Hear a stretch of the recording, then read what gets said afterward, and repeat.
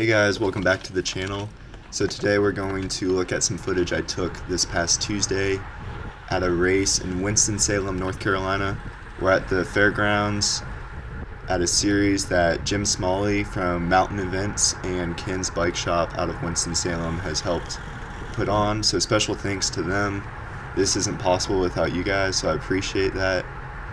And this is the first lap, and I thought this was a neutral lap, so I asked James here from Gigawatt on my right side, hey man, are we racing? He's like, yeah, we're racing. So I don't really like the pace we're going at. I came to race some bikes, so I take a few seconds to get my breath, and then we're off and racing. So many people don't like this, going from the gun, but it's kind of my style, especially in these training crits or these weeknight crits where it's not Speed Week at Athens or Spartanburg where there's a lot more on the line. This is really for experience and having fun. So I take off to mark riders really to see who's willing to chase after me and who has the legs and the aerobic capacity to kind of get themselves into a position to lead a bike race. So not a surprise to see Nico up here from Velocious Sport. He's won a few 3-4 races, so I wasn't surprised to see him. But ultimately, he brought the whole field with him, and I look back and I see that I don't really have a chance of splitting off. So the next few laps I just kind of spend in the back of the group or towards the back of the group, just analyzing the people around me, who's got some legs, who seems to have the good bike handling skills. These are all things you kind of want to take note of during the race so that in the later stages of the race you have a chance against these people. So this is what I love. There's 5 people off the front. 4 guys are representing 2 different teams. So I tell Nico that was on my right, hey man, this is dangerous. If we let them get any more of a gap, this could be really, this could be the race, you know? So I put in an effort, just a few seconds to get back on their wheel, because you'll see there's 2 teams represented. There's the pink team, Gigawatt, that has some strong riders. Then there's the red team here. Sorry guys, I don't know your team name, but we'll just call you guys red team. So we catch up.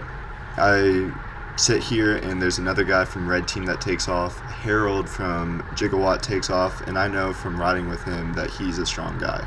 So I really should have moved up right when he attacked and got on his wheel so I don't have to spend this much energy to bridge up to him. But I ultimately catch back on and kind of chill out for a little bit because I'm tired. It's only 14 minutes into this bike race, but Nico, in about 10 seconds, he just takes off again. He's not going to make this easy on any of us.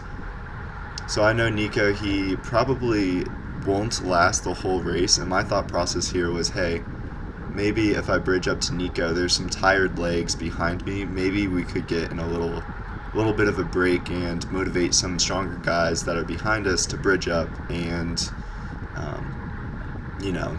lead this race for the rest of the race. But that didn't really happen. I look back behind me. I wish I had a rear view camera just to show you guys, but they were all spread out behind me. I brought the whole group of riders, and Nico recognizes this. He kind of pulls off, and we're going to just chill out for the next few laps and catch our breath again. And this is the part of the race where, I mean, it's not fun. You know, it's slow, but it's good to catch your breath. My heart rate did lower a bit. I'm only, putting 100 watts into it, but we're going pretty slow. Ultimately, I came to race my bike, not ride bikes and ovals on a group ride. But then again, another group establishes itself at the front, and I see this and I'm like, yes, okay, somebody wants to race. And I'm not super motivated to chase because I don't want to be putting in all the moves, but I realize nobody's going to put in work. Nobody really wants to take responsibility for this. So unlike the other break where I just took off after them, I'm going to put in a consistent 500, 600 watts for a lap to catch up to these guys, because once again, Gigawatt and red team is represented in this breakaway. And Harold here looks a little frustrated, but he said, hey man, like, let's do this again, let's take off. And when he passed me when I was leading here, he said, get on my wheel and let's form something, because it's almost 30 minutes into the bike race. We have 15 minutes to go. So this is really a crucial time for us to take off. And he's committed to this breakaway. You can see he's put in a big dig. I have to kind of catch up to him and put out 600 watts to really show the guys behind me that I'm motivated to stay away and I'm taking responsibility for really leading the bike race. And I'm going to pull off here, and I expect to see some guys putting in just the same level of commitment to this breakaway. Because, guys, nothing is more frustrating than sitting in a breakaway of 8 or 9 guys and there's only 2 dudes doing the work. That's pretty normal for a 3-4 or 4-5 race where you have some guys that stand out. But you see Nico and James from Gigawatt here, their body language, they're working hard, and I respect this because they're probably just as tired as I am. But if you want to win a bike race or be towards the front of a bike race, you just got to do the work. And the guys behind us, we're just kind of sitting on. I get it that they're tired, but I was tired too. You can see James here, just from his body language, he looks pretty tired, but he's strong. And we're only probably a half lap ahead of the main group, or the group behind us. So here at the Dixie Criterium, or whatever this course is, the Fairgrounds course, you really can't get complacent with where you are, because in a matter of a lap, if the main group behind you is motivated to chase you down, they can get you. And if you slow down as the lead group, you may have to pay for that later. So I tell James, hey man, thanks for working. I'll take it from here for the next half lap, and hopefully we can get some more guys working. So eventually I get to analyze the breakaway a little bit more. We have 6 guys who are on teams. So we have Gigawatt in pink, we have the red team, and we have blue team. Sorry guys, again, I'm not very familiar with the teams around here. I'm an unattached rider, so I really don't know all the teams or the clubs in North Carolina, but I do race for NC State, and that's about all I know. So again, I'm just sitting here with the next few laps, because if I don't have a teammate, and if Nico doesn't have a teammate, we shouldn't be motivated to put in a ton of work if we have established this group at the front. So again, just marking the riders, seeing who's strong, who has the good handling skills, and with a lap to go, or going into a lap to go here, I've found myself on the front, and this is not where I want to be, right? There's teams in this breakaway for a reason, and they should do the work, because there's realistically, if they play their cards right, there should be somebody to lead out the faster guy in the end. So we're going into a bell lap, 1 to go, and this group, or this team on the left, is going to be red team, and you can see there's some teamwork.